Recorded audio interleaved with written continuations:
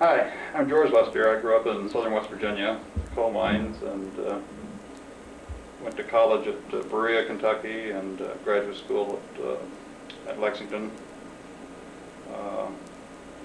Majored in physical chemistry, and I think my main objective up until the time I went to work in industry was to prepare myself so that I wouldn't have to work in the coal mines.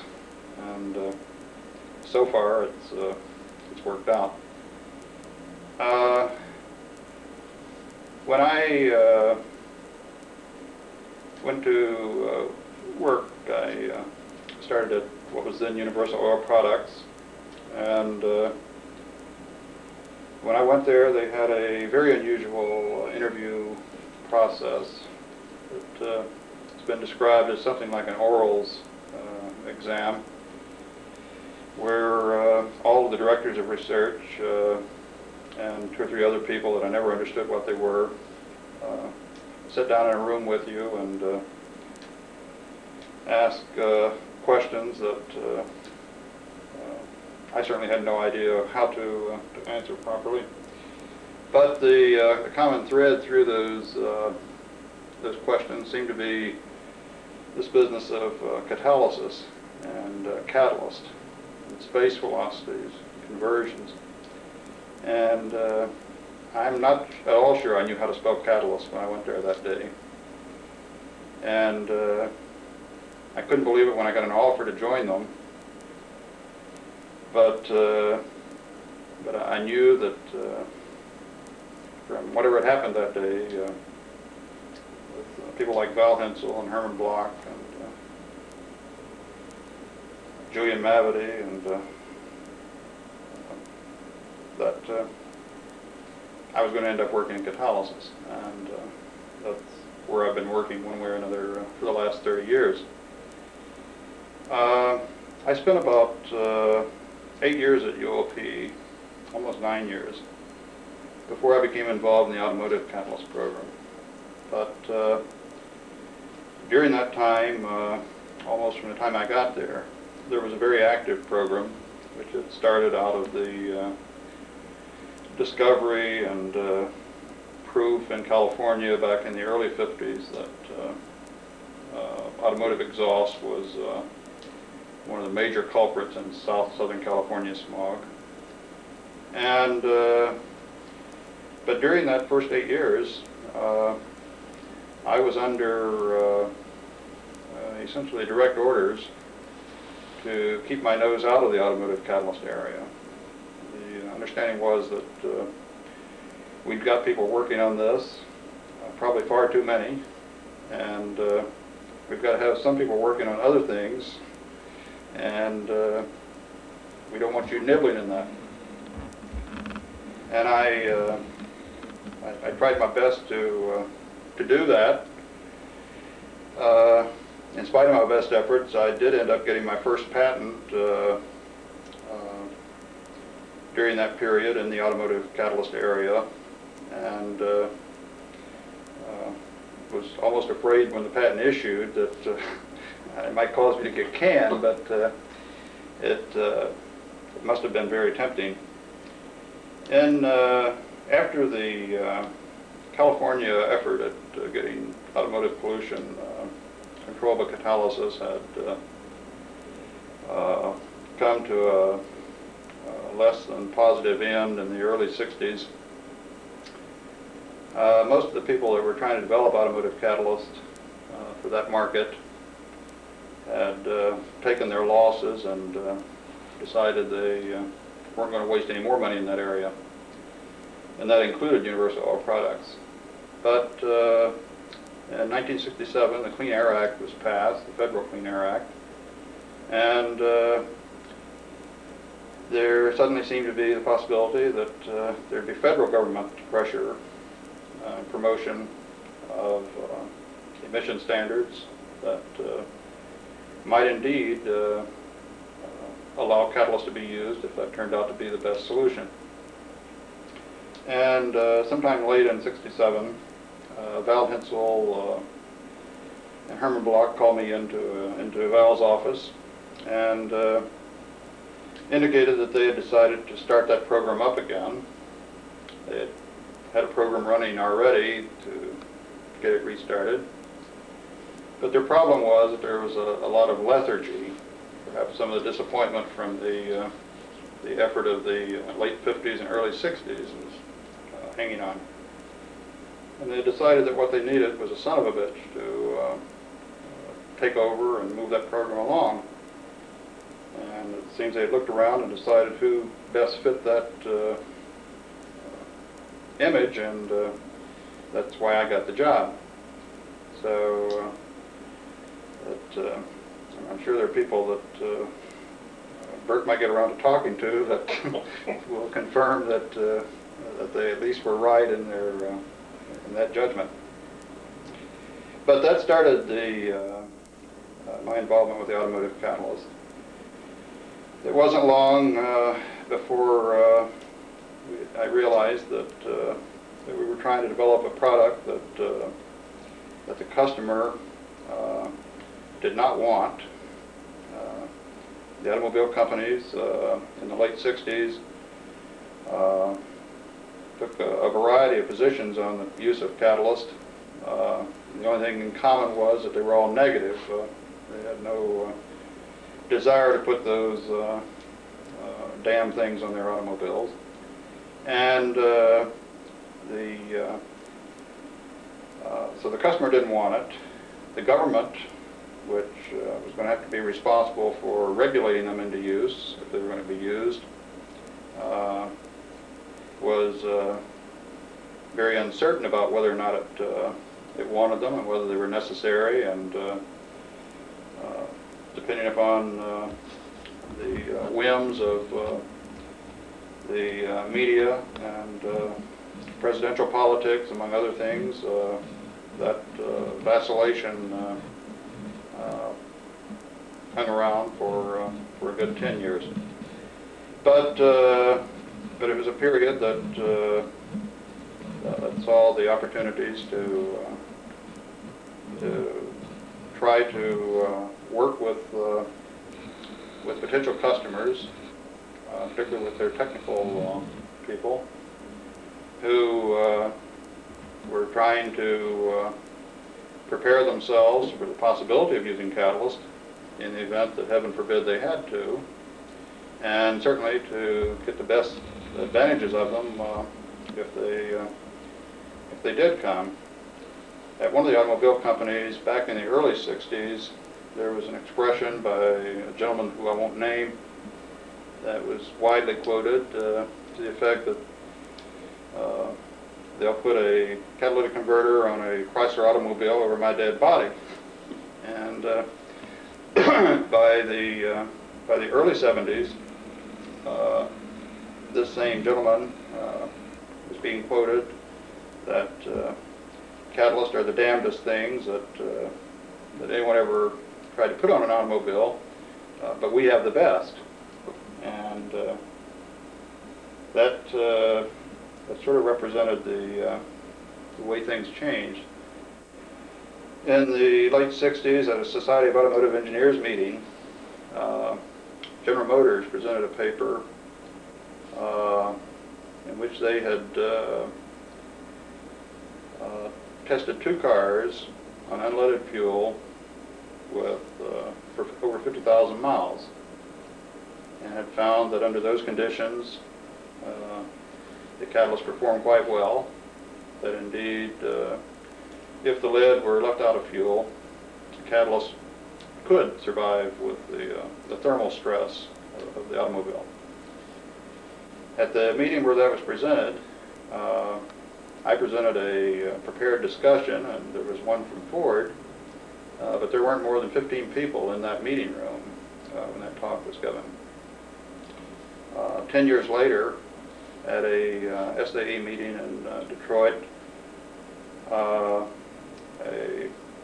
rather high executive at Ford, who was head of what came to be known as the inter-industry program that involved Ford, was chairing a session, and some gentleman in the audience from an oil company got up and wanted to know, when are you people going to stop using those goddamn things and allow us to put lead in the fuel again. And this executive from Ford answered that, sir, any automobile engineer who attempts to design an automobile today without figuring out how he can make the best use of catalyst doesn't belong in Detroit. So 10 years, I was lucky enough to see that kind of change come.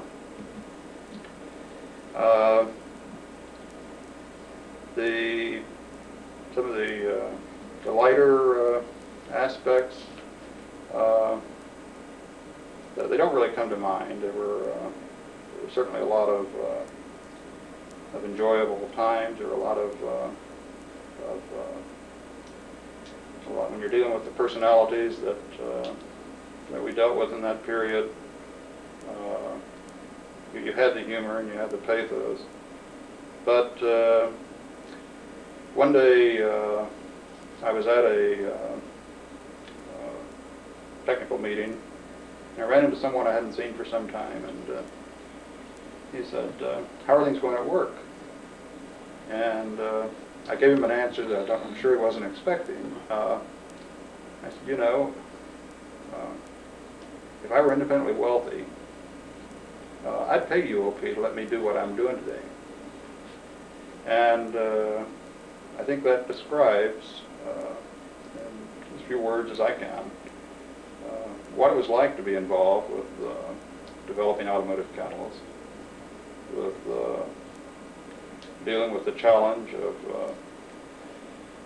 working closely with your technical components of the customers who were in something of an ambiguous position, working with the bureaucrats and the technocrats from the government organizations who were trying to respond to the pressures that were coming to them from society. And it was a hell of a time. I wouldn't have missed it for nothing. And I have a lot of pride when it occurs to me that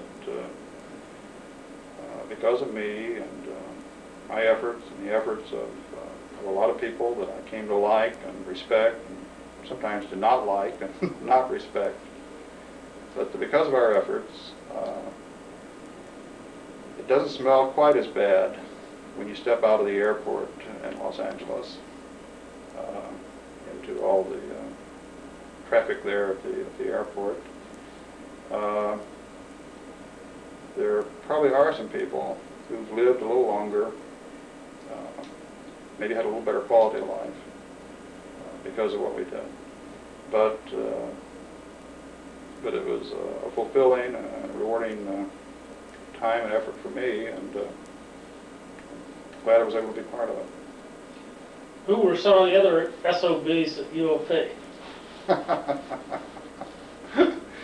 Well, the folks at UOP were good folks, but I think of Dick Lee, for example. When General Motors, around 1970, had some studies done and decided that there wasn't enough platinum, and what was available was from sources that were either politically or socially undesirable sources, perhaps. They made a decision that they would absolutely, positively, never use platinum in automotive catalysts. And about the same time, Ford had made a decision that yes, they thought there was adequate platinum, and the results with the platinum catalyst, including GM's results that I referred to earlier, were very persuasive. But contrary to the approach that General Motors and some others were taking, they were going to use these newfangled things called monoliths. And so they not only planned to use noble metal catalysts, but they certainly thought they ought to be monolithic catalysts. And this caused us some problems at UOP, because we had some people who had very strong opinions, and I've mentioned some of them, who felt that if God had wanted catalysts to be anything other than pellets with noble metals on them, that he would have told them about it much sooner. And so we went through a period where when we went to General Motors to tell them about our latest developments and to ask their involvement in testing those in their fleets, we would try to eventually work them around to using some noble metal pelleted catalyst. But as soon as we mentioned it, they'd start slamming on the table and tell us that even talking about it was forbidden. And if we kept that up, we wouldn't be invited ever to come back to their place again. And then we would go to Ford, and we would tell them about the wonderful results that we were getting with noble metal pellets. And they'd go through the same act, because when were we going to start talking about monoliths? And so it was an interesting period, and the way we resolved it was to set up two major programs. And I was given the responsibility of following the noble metal picture, which included having to overnight learn how to make monolithic noble metal catalyst, and to improve our precious metal pellets. And Dick Lee was given responsibility of developing base metal catalysts for General Motors. And two programs of the size that we were mounting at that time, which ended up using the same automotive laboratory and much the same laboratory testing, was doomed to cause a lot of people to think each other were son of a bitches most of the time. So Dick was certainly one of those folks, and but when Dick left the company years later, I counted him as one of the best friends I've ever had, and still think of him that way. But during that period, there were certainly those times. There were folks at UOP at one level or another who, for their own reasons and for noble reasons insofar as they and the company were concerned, I'm sure, were probably folks that, number one, would have considered me in that category, and that I've considered in that category myself. And this included folks all the way up to the gentleman who was president during a good bit of that time, John Logan, and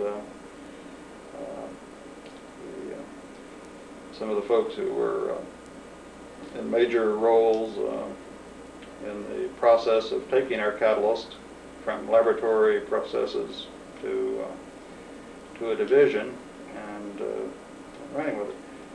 One of the things that happens in those cases is that once a division is formed, as we formed one, after we had letters of agreement with both Chrysler and General Motors, as it happened, the division's formed and is staffed, and it takes on an existence of its own.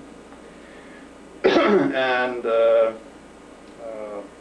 folks who may have been involved in the scientific developments that led to that can find themselves in some funny positions. The new division sometimes doesn't really want to be burdened with the history, and is often very impatient for new developments and the next generation of catalysts. And the pressures that came during that budding period of the division certainly were things that there were a lot of days that the poor family took it on the chin when I got home because of those pressures, but they were natural, and as I said, in most of the cases, today, those folks I consider friends, and they might even consider me that occasionally. Well, now, when Hensel picked you, do you think he was looking at himself in the mirror? There are certainly times that that I had the feeling that Val might be looking at a younger version of himself in that process, and at someone's retirement party at one point or another, Val made the comment to my wife that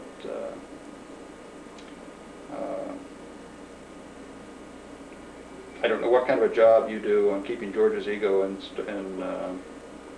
size at home, but I do my damnedest here. And Val certainly did that. I thought Val interested in me as a person and as a young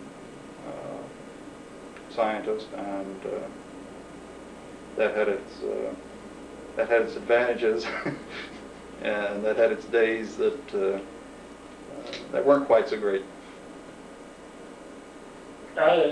What role did Hensel have when you started working there? Val was director of refining research. The research center was probably 3/4 under his responsibility.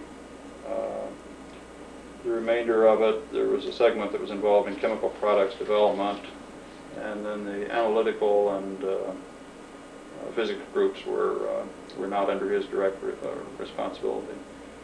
Within about 3 or 4 years after I started, there were some reorganizations that led to Val being director of all the research center, and he stayed in that role for perhaps 8 years until about 1972, when he became the vice president of science and technology and moved out of the research center.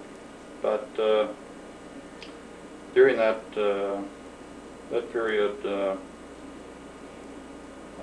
Val found it very difficult to turn loose of the technical responsibility for the projects that were under his control, and particularly if there were projects that were high visibility, high importance. He felt, I thought, a very strong need to be personally involved and to make the critical decisions. And over the period that the automotive program was going on, and with the strong commitment that he had to that program right from the from 1957 or 1958 up through the time of his retirement and beyond in 1979, it often ended up precipitating meetings where Val and I were of different opinions, either interpreting the data or in planning the future course of the program. And there were a lot of meetings with raised voices and folks afraid to get into it. But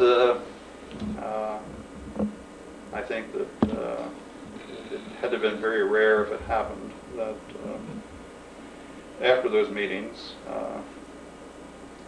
both of us didn't walk away from them, and within an hour or two recognized that whatever had been said or whatever had happened was done with sincere convictions and with the best interest in getting a job done, but coming at it from different viewpoints.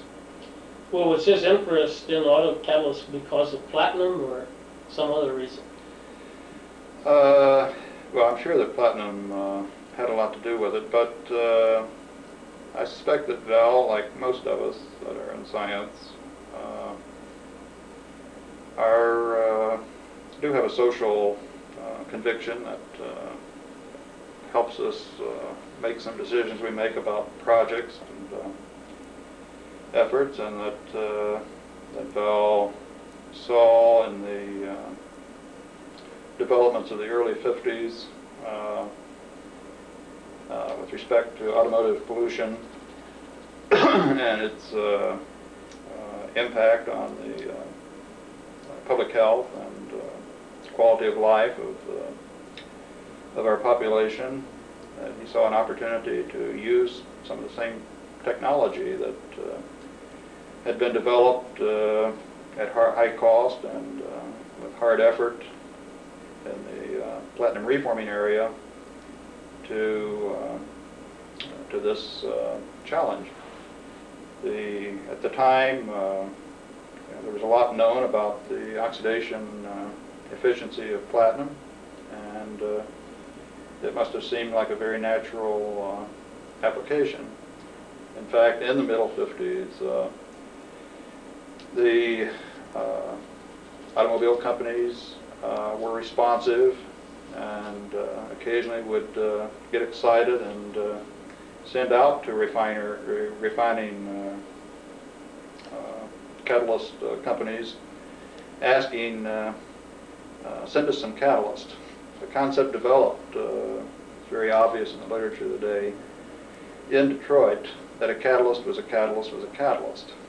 And if a particular company, someone wanted to start a program to see if these catalysts really would work, someone would call up a friend from graduate school or an acquaintance who happened to work for an oil company or a catalyst manufacturer, and they would get 5 pounds of a desulfurization catalyst or a reforming catalyst, and they'd put it in a converter with some screens ahead of it and behind it, and whatever results they got would go into the common store of knowledge as reflecting this is what a catalyst does. And I'm sure that seeing this type of thing happening, it was very easy for Val to say, boy, if we really tried to develop a catalyst for this application, as challenging as it is, we ought to be able to do a hell of a lot better than these catalysts that someone sends them off the shelf because they want a catalyst. And so I think that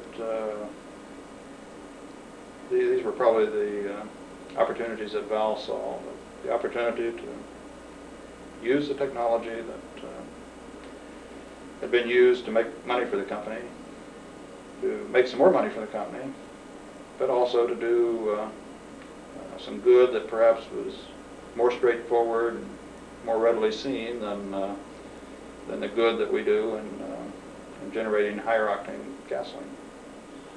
How would you contrast Block and Hensel? Val was an engineer. Val was a person who looked at an objective and figured out how to solve it or how to get there, and it was unfortunate if you got in his path in doing that. Herman, in contrast, I would characterize more as a scientist, and with those two terms, it's important, that I don't think of either of those terms negatively. I think of them, these two men being engineers and scientists respectively, in the very best sense. Herman was a scientist. Herman was attuned to requirements the engineer would have, projects that he was working for. Herman was perhaps a good enough scientist that he could sometimes be a pretty good engineer on some of those projects, and some of his ideas for equipment or process. Herman, I believe, has a number of patents that were issued for converter designs, for example, that would make a liar out of me if I said he was a scientist in a strictly pure sense that didn't include that kind of license. But Herman was a scientist. Herman was and is a scientist, and Herman was perhaps more responsive to people as people. I'm sure that Herman found it necessary in the course of his career to tell some people that they really weren't needed anymore. It certainly seemed to me that that would have been much more difficult and much harder for Herman to do than Val, but that's the way it looked to me.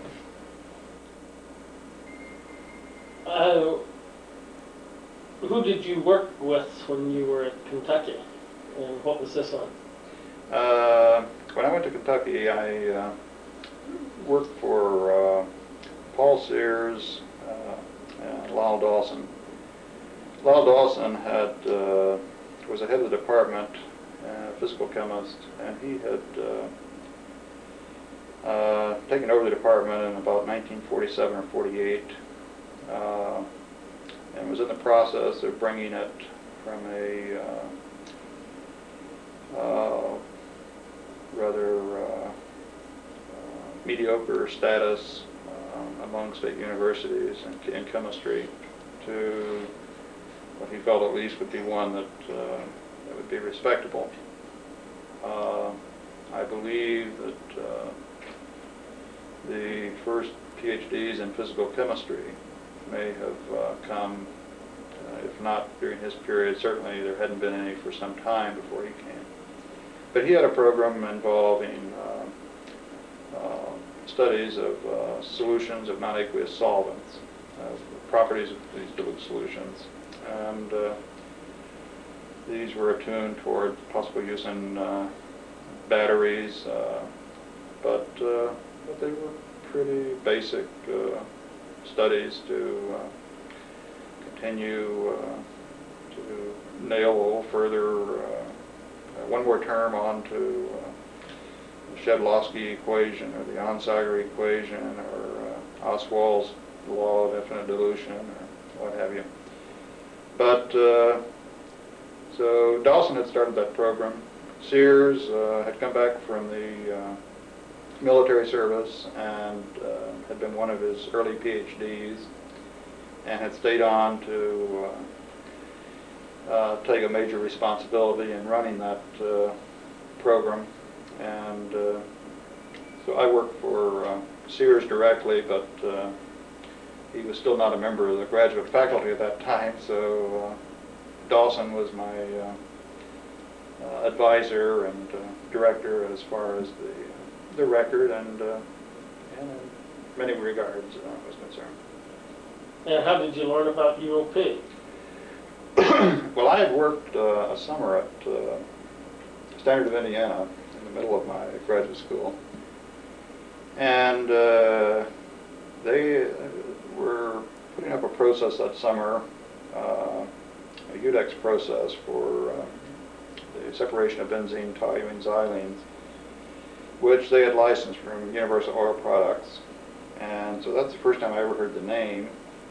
But I certainly didn't look at them as a place to work because of what I heard from Standard of Indiana that summer. It was a lot later that I learned about the patent quarrels that had between UOP and Standard of Indiana that dated back to UOP's conception back in the teens. But it did come to have the understanding that wherever it was at all possible, Standard of Indiana would not use a process from Universal Oil Products, and they'd gotten around to having to do so that summer, and there was usually a curse word involved any time that someone said something about Universal Oil Products. And but a couple of years later, when I was getting out of school,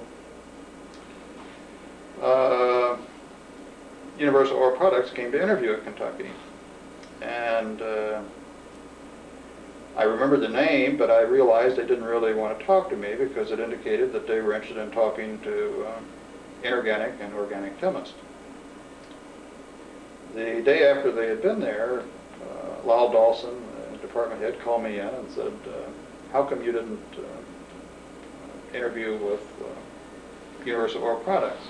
He didn't say it that way because it wasn't in Lyle Dawson's manner to say how come, but that was the gist of it. And I said, well, they didn't explain it. He said, well, I think that must have been a misunderstanding. Herman Block was here yesterday from there, and I had lunch with him, and he said they were looking for physical chemists in particular, and asked if I would recommend someone, and I gave him your name, and you'll be hearing from them to invite you up. So that happened, and when I got there, I asked the personnel man, Maury Cox, about this misunderstanding I had had, and reminded him of what the posting had called for. And he said, well, I asked for either for inorganics and inorganic chemists. Doesn't that cover all chemists? So I guess maybe by some definitions he might have been right, but then Maury was an engineer by training. Well, some people view UOP as a rather aggressive company. Do you see it that way? Yes, I certainly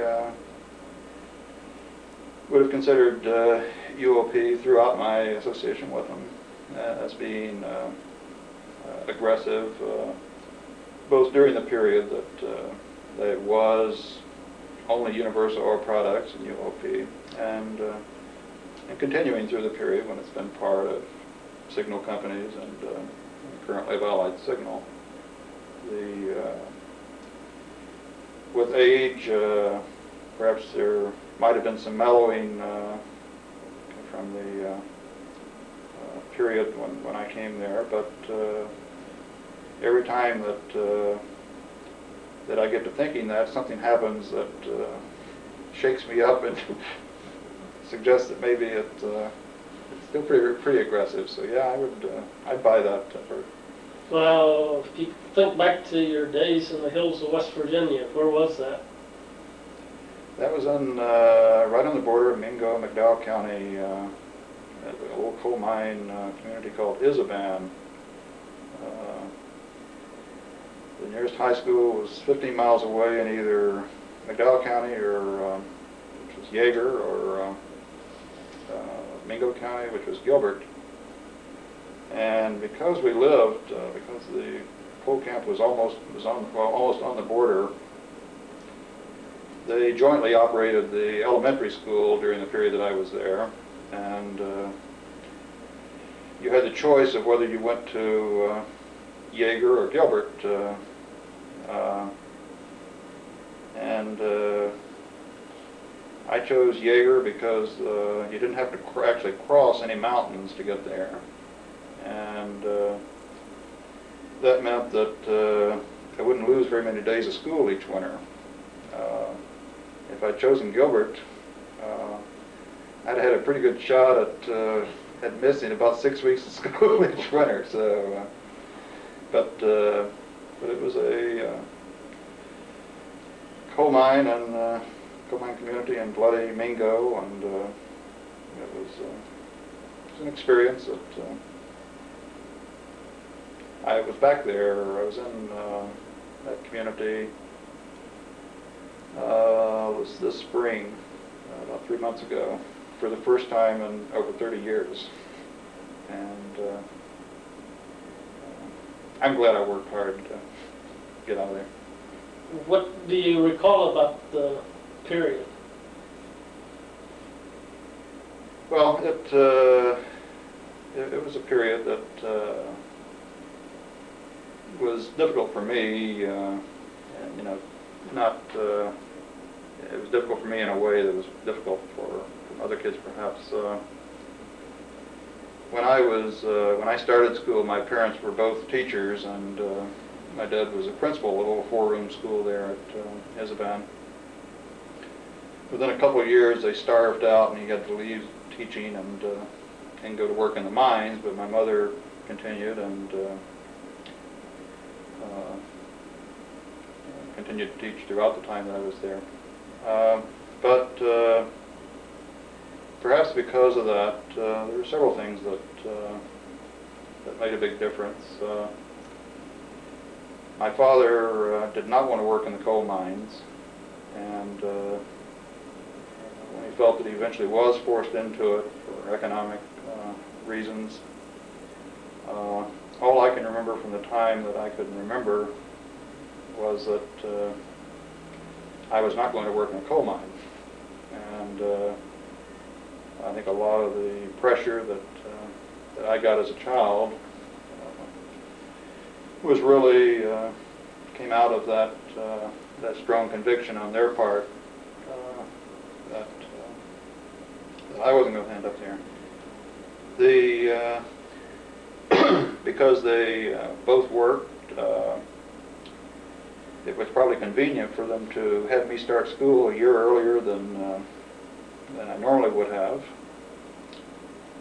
And then when I was in the 5th grade, the prettiest girl in the camp was in the same grade with me, and I was determined to be her boyfriend, and looking for ways to win her, we ended up in a competition to see who could score better on our own test. And of course, when we were both scoring 100s on those, they put a limit on it. But we shared a room with 6th grade, and so we started taking the 6th graders test. And the teacher happened to find one of those one day, and when she realized that we'd both done better than the 6th graders, convinced my mother, who was a principal, that we should both move over into the 6th grade. So the result was that when I got ready to go to high school the next year, junior high and high school in Yeager, I was 2 years younger than my classmates, and that's something that I wouldn't wish on anyone. None of my children will have that opportunity, but it made for a high school period that I didn't cover myself with glory in high school. I was a B to C student. I was big mouth. I did a lot of compensating for being too young to be in the whatever group I was trying to run with, and it was probably my sophomore year of college, really, before I perhaps outgrew and outran that problem and began to hit my stride. Well, how did you hear about Berea?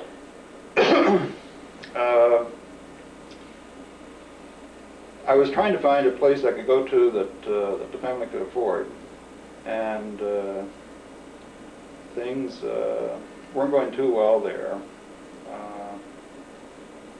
Marshall sounded like a good possibility, but it certainly seemed like it was going to be expensive. Concord wasn't too attractive to me because it seemed to be pretty much a teacher's college, and by that time I'd like to say I decided to go into chemistry or even science, but I hadn't. I was committed to becoming a journalist. I've been very strongly convinced or influenced by Ernie Pyle during the war, and the columnist whose columns appeared in the Williamson Daily News or the Welsh Daily News, and I thought the thing to do was to become a journalist, and so the teachers' colleges didn't sound that attractive to me. And somewhere, someone remembered that there was a school in Kentucky called Berea that you had to work if you went there,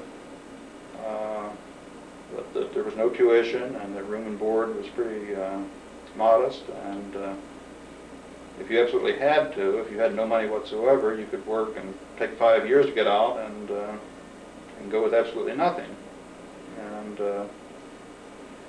that sounded pretty good to me. I made application. I was put on a waiting list because it turned out that my family had too much money. And by this time I'd become pretty sold on going there, and I drilled them on long distance about what their reasoning was, and got their numbers and sat down with the financial numbers that I had turned in for my parents, and was able to convince them that that had been a bubble year because of the boom in the coal mines during that period, and convinced them to let me in. Well, now, your parents, I understand, warned you about the neighbor daughter. Yes, that when I was still in high school, and perhaps even younger, I got this continual drilling about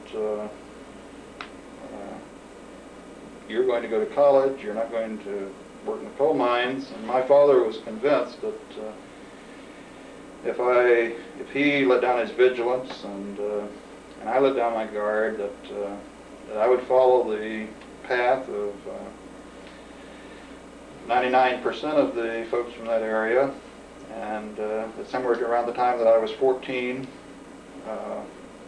I would get a girl pregnant, and of course marry her as being the honest thing to do, and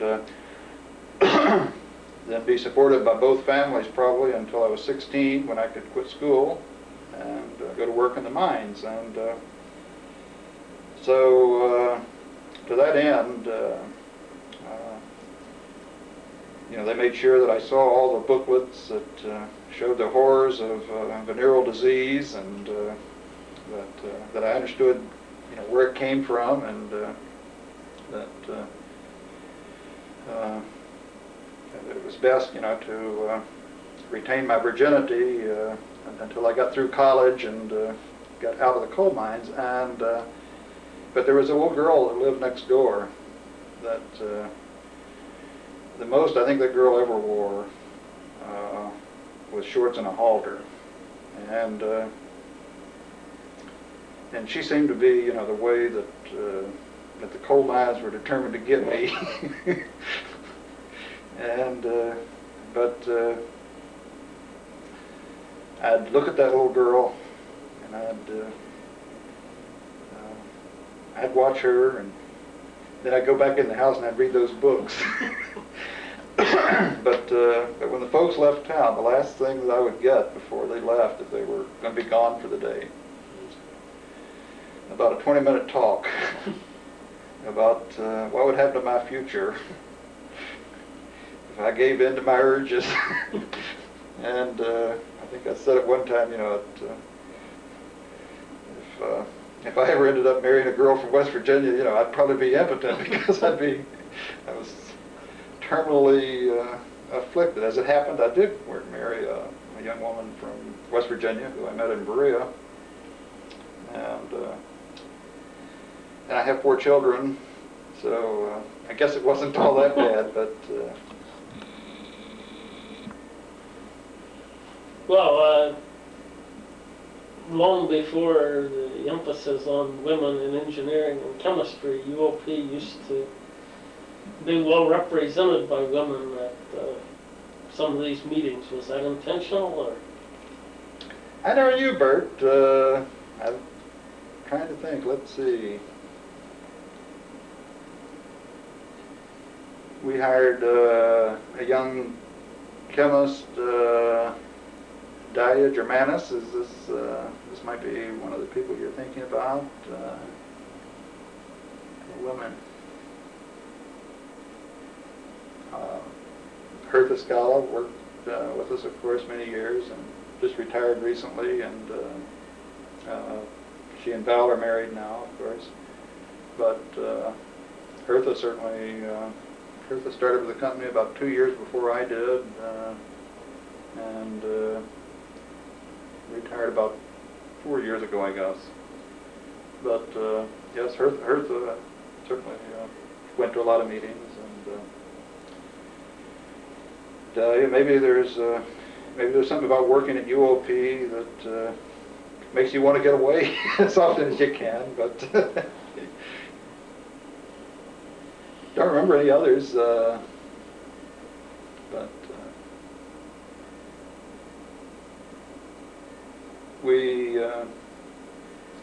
it did seem for many years that UOP took a stronger affirmative action line with respect to females well before it was required and legislated, but